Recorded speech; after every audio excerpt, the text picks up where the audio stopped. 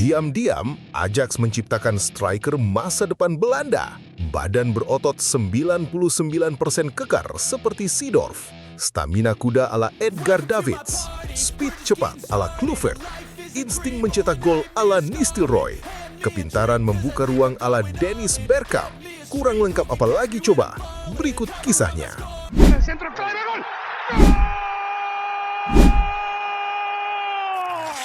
Football Universe.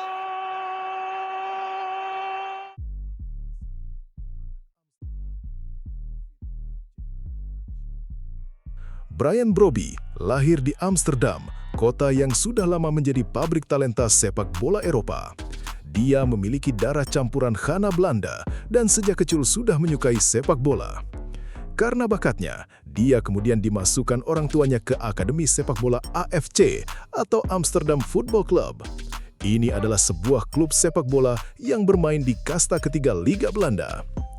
Brobby kecil menunjukkan bakat yang luar biasa dan didukung dengan fisiknya yang kuat. Scouting Ajax kemudian menangkap ini dan membawa Brobby yang berusia 9 tahun masuk ke akademi terbaik di dunia, yaitu di Toekomst Ajax Amsterdam. Di setiap sudut sistem Ajax, ada filosofi yang hampir tidak pernah berubah. Pemain harus teknis, harus paham ruang, harus mampu berpikir cepat dalam struktur permainan berbasis kombinasi. Namun, sejak awal, Brobby tidak sepenuhnya cocok dengan definisi itu. Dia bukan tipe pemain yang menari-nari di antara garis, bukan juga striker yang hidup dari kombinasi kecil di ruang sempit. Dia adalah sesuatu yang lebih sederhana, tetapi lebih langsung. Seorang finisher yang hidup dari kontak fisik, insting, dan dorongan konstan untuk berada di depan gawang. Di Akademi Ajax, perbedaan ini tidak dianggap sebagai masalah, melainkan variasi. Brobby tetap dibentuk dalam sistem yang sama, tetapi cara ia mengekspresikan dirinya selalu sedikit berbeda. Ketika pemain lain sibuk mengalirkan bola dalam pola segitiga keempat, Brobby justru sering terlihat mencari duel. Dia tidak menghindari kontak, malah mengundangnya. Dalam banyak sesi latihan, dia menjadi pemain yang paling sulit dijatuhkan, bukan karena teknik olah bola yang rumit, tetapi karena kekuatan tubuh dan keseimbangan yang tidak biasa untuk usianya. Hal ini membuatnya menonjol, tetapi juga membuatnya tidak sepenuhnya masuk kategori striker klasik Ajax. Perkembangannya di akademi berjalan dalam dua jalur sekaligus. Di satu sisi, dia tetap mempelajari prinsip dasar Ajax, pressing terstruktur, pergerakan tanpa bola, dan pentingnya posisi dalam membangun serangan. Di sisi lain, dia terus mengembangkan gaya bermain yang lebih destroyer. Dia adalah tipe striker yang selalu ingin menjadi titik akhir dari setiap fase serangan. Ketika bola sampai di sepertiga akhir lapangan, instingnya langsung aktif.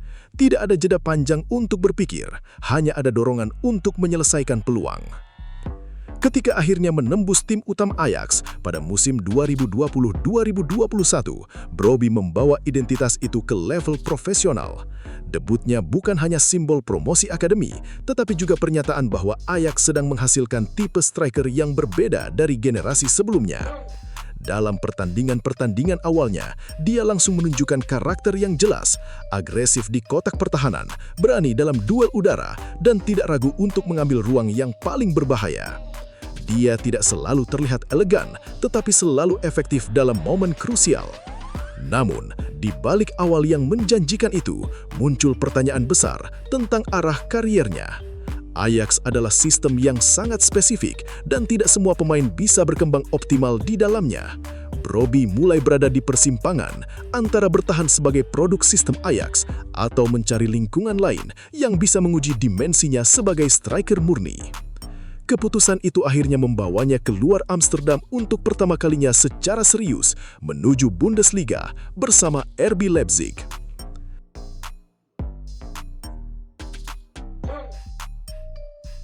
Kepindahan Brian Brobby ke RB Leipzig pada musim 2021-2022 terlihat seperti langkah logis dalam karier seorang pemain muda berbakat. Bundesliga dikenal sebagai liga yang cepat, intens, dan sangat cocok untuk pemain dengan fisik kuat dan kemampuan transisi cepat. Di atas kertas, Brobby seharusnya berkembang di sana, namun realitasnya jauh lebih kompleks. Di Leipzig, Struktur permainan sangat ketat dan berbasis sistem. Setiap pemain memiliki peran spesifik yang harus dijalankan dengan disiplin tinggi.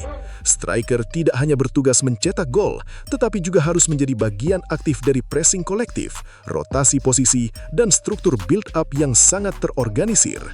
Di lingkungan seperti ini, Brobbey menghadapi tantangan besar. Dia tidak mendapatkan kontinuitas yang cukup untuk benar-benar masuk ke dalam ritme permainan.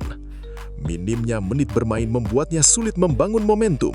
Dalam sepak bola modern, terutama untuk striker muda, ritme adalah segalanya. Tanpa ritme, insting tidak bisa berkembang, dan tanpa kepercayaan dari pelatih, peran tidak bisa stabil. Brobbey berada di situasi di mana dia memiliki kemampuan, tetapi tidak memiliki ruang untuk mengekspresikannya secara konsisten. Dia menjadi pemain yang ada, tetapi tidak sepenuhnya digunakan. Fase ini menjadi titik stagnasi dalam kariernya, bukan karena ia gagal secara teknis, tetapi karena ia tidak cocok dengan struktur yang ada. Leipzig mengajarkan hal penting, bahwa tidak semua sistem sepak bola cocok dengan setiap tipe striker. Ada pemain yang berkembang karena sistem, dan ada pemain yang membutuhkan sistem yang dibangun di sekitarnya. Brobbey termasuk tipe kedua. Dari sini, kariernya mulai bergerak ke arah yang lebih reflektif. Dia tidak bertahan di situasi yang tidak memberinya perkembangan dan memilih kembali ke Ajax untuk memulai ulang prosesnya.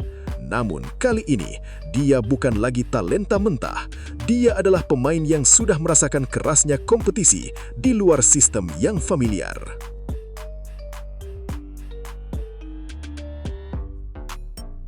Kembalinya Brobbey ke Ajax pada musim 2022-2023 bukan sekadar transfer, tetapi proses rekonstruksi karier. Di Amsterdam, ia tidak lagi diperlakukan sebagai proyek jangka panjang, tetapi sebagai solusi langsung untuk lini serang.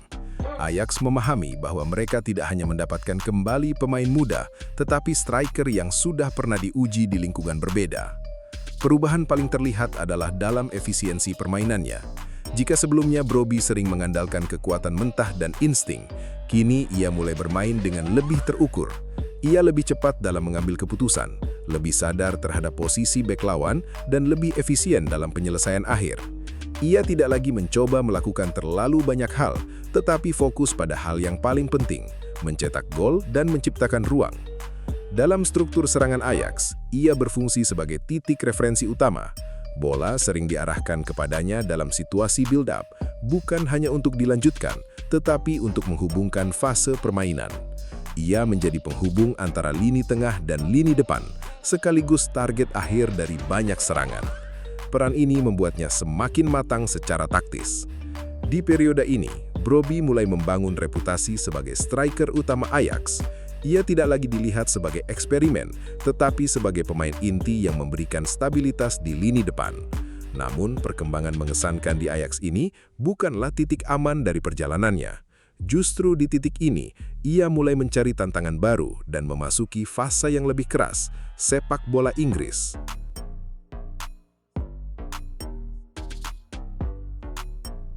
Kepindahan Bryan Brobbey ke Sunderland pada musim 2025-2026 menjadi titik paling menentukan dalam evolusi kariernya sebagai striker modern.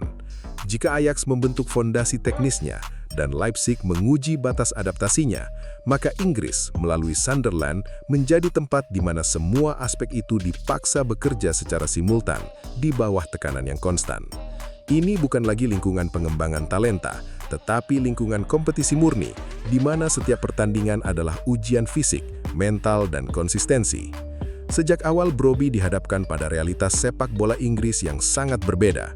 Tempo permainan jauh lebih tinggi, duel fisik terjadi hampir di setiap fase, dan ruang bermain jauh lebih sempit dibandingkan Eredivisie atau bahkan Bundesliga. Dalam kondisi seperti ini, striker tidak hanya harus tajam, tetapi juga harus tahan terhadap tekanan konstan. Sunderland tidak memberinya waktu untuk beradaptasi secara perlahan. Ia langsung ditempatkan dalam situasi di mana kontribusi harus terlihat sejak awal, bukan nanti. Namun justru di lingkungan seperti ini, karakter Brobbey mulai terbentuk secara lebih utuh. Kemampuan fisiknya yang sejak lama menjadi keunggulan, kini menemukan konteks paling ideal. Ia menjadi pemain yang sangat sulit digeser dalam duel 1 lawan 1. Ketika bola diarahkan kepadanya, ia tidak hanya menerima, tetapi mengamankan ruang. Dalam banyak situasi build-up Sunderland, ia menjadi titik pertama sekaligus titik stabilisasi. Bola panjang yang sebelumnya hanya dianggap opsi darurat, kini menjadi senjata utama yang diarahkan kepadanya. Peran ini mengubah cara Sunderland bermain secara keseluruhan. Tim mulai membangun serangan dengan pola yang lebih langsung, bukan karena keterbatasan, tetapi karena adanya pemain yang mampu memaksimalkan pola tersebut. Brobbey menjadi pusat gravitasi serangan. Ia tidak selalu menyelesaikan serangan sendiri, tetapi hampir selalu terlibat dalam fase awal atau fase akhir. Dalam fase awal, ia menahan bola dan menarik tekanan. Dalam fase akhir, ia muncul sebagai eksekutor di dalam kotak penalti. Yang paling signifikan dalam fase Sunderland adalah peningkatan dalam pengambilan keputusan. Di liga yang sangat cepat seperti Inggris, waktu berpikir hampir tidak ada. Brobbey dipaksa untuk mengurangi kompleksitas dalam permainannya. Ia belajar bahwa dalam banyak situasi, keputusan terbaik adalah keputusan paling sederhana, satu sentuhan, satu umpan, atau satu tembakan. Efisiensi ini mengubah profilnya dari striker yang mengandalkan kekuatan menjadi striker yang menggabungkan kekuatan dengan kecepatan berpikir. Di sisi tanpa bola, perannya juga berkembang secara drastis. Sunderland menuntut striker untuk menjadi bagian dari sistem pressing yang agresif. Brobbey tidak lagi hanya menunggu peluang di depan, tetapi menjadi pemain pertama yang menekan lini pertahanan lawan. Ia belajar membaca trigger pressing, kapan bek lawan berada dalam posisi tidak nyaman, kapan bola kembali ke kiper, dan kapan jalur umpan ke gelandang tertutup. Dalam situasi ini, ia menjadi alat pertama untuk mengganggu struktur lawan. Seiring waktu, kontribusinya di Sunderland mulai terlihat lebih konkret. Ia bukan hanya pemain yang membantu sistem, tetapi juga pemain yang menentukan hasil pertandingan. Gol-golnya tidak selalu spektakuler, tetapi sangat fungsional. Banyak diantaranya berasal dari situasi bola pantul, duel udara di area sempit, atau pergerakan cepat di dalam kotak penalti. Dalam konteks Premier League, jenis gol seperti ini memiliki nilai tinggi karena lahir dari situasi yang sangat kompetitif. Sunderland menjadi fase di mana Brobbey tidak lagi dipandang sebagai pemain Ajax yang berkembang, tetapi sebagai striker Premier League yang valid. Ia tidak hanya bertahan di lingkungan fisik yang keras, tetapi juga mulai mendominasi sebagian aspek permainan di dalamnya. Dari sini, statusnya berubah secara perlahan, dari talenta yang diuji menjadi pemain yang diandalkan.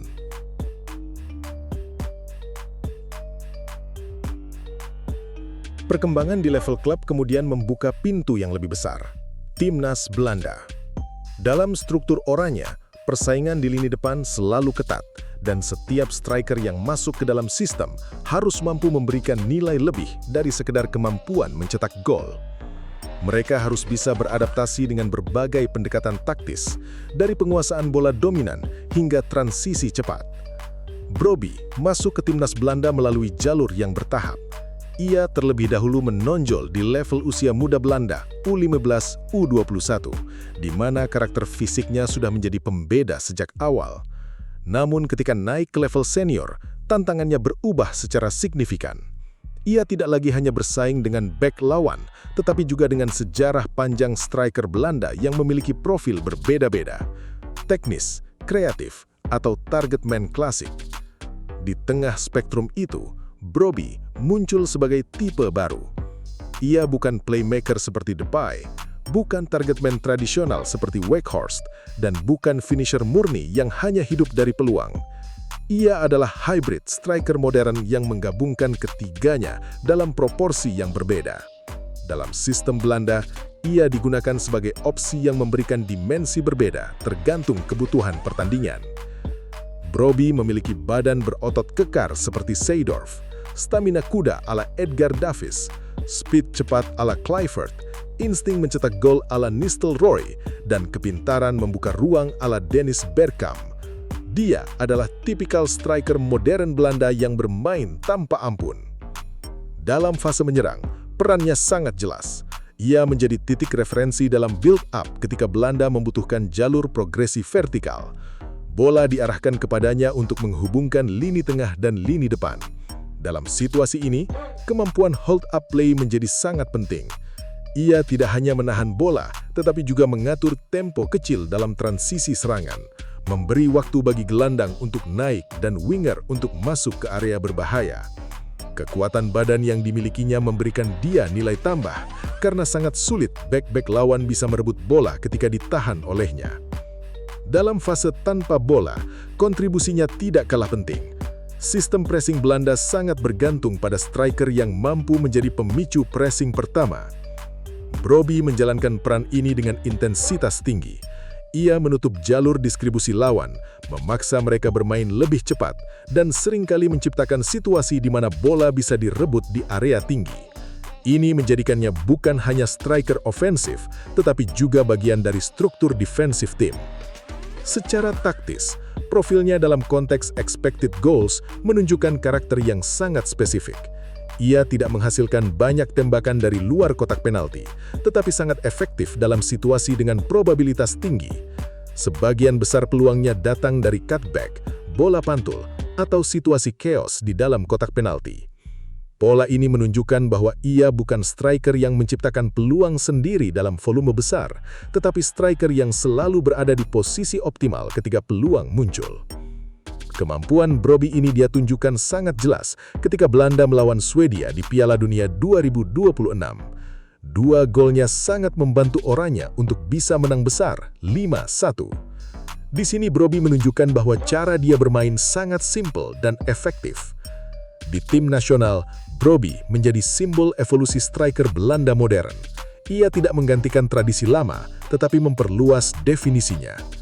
Jika sebelumnya striker Belanda identik dengan teknik dan kreativitas, maka Brobbey membawa dimensi baru, kekuatan, intensitas, dan efisiensi dalam ruang sempit. Ia menjadi opsi taktis yang sangat berguna ketika Belanda membutuhkan pendekatan yang lebih langsung dan agresif.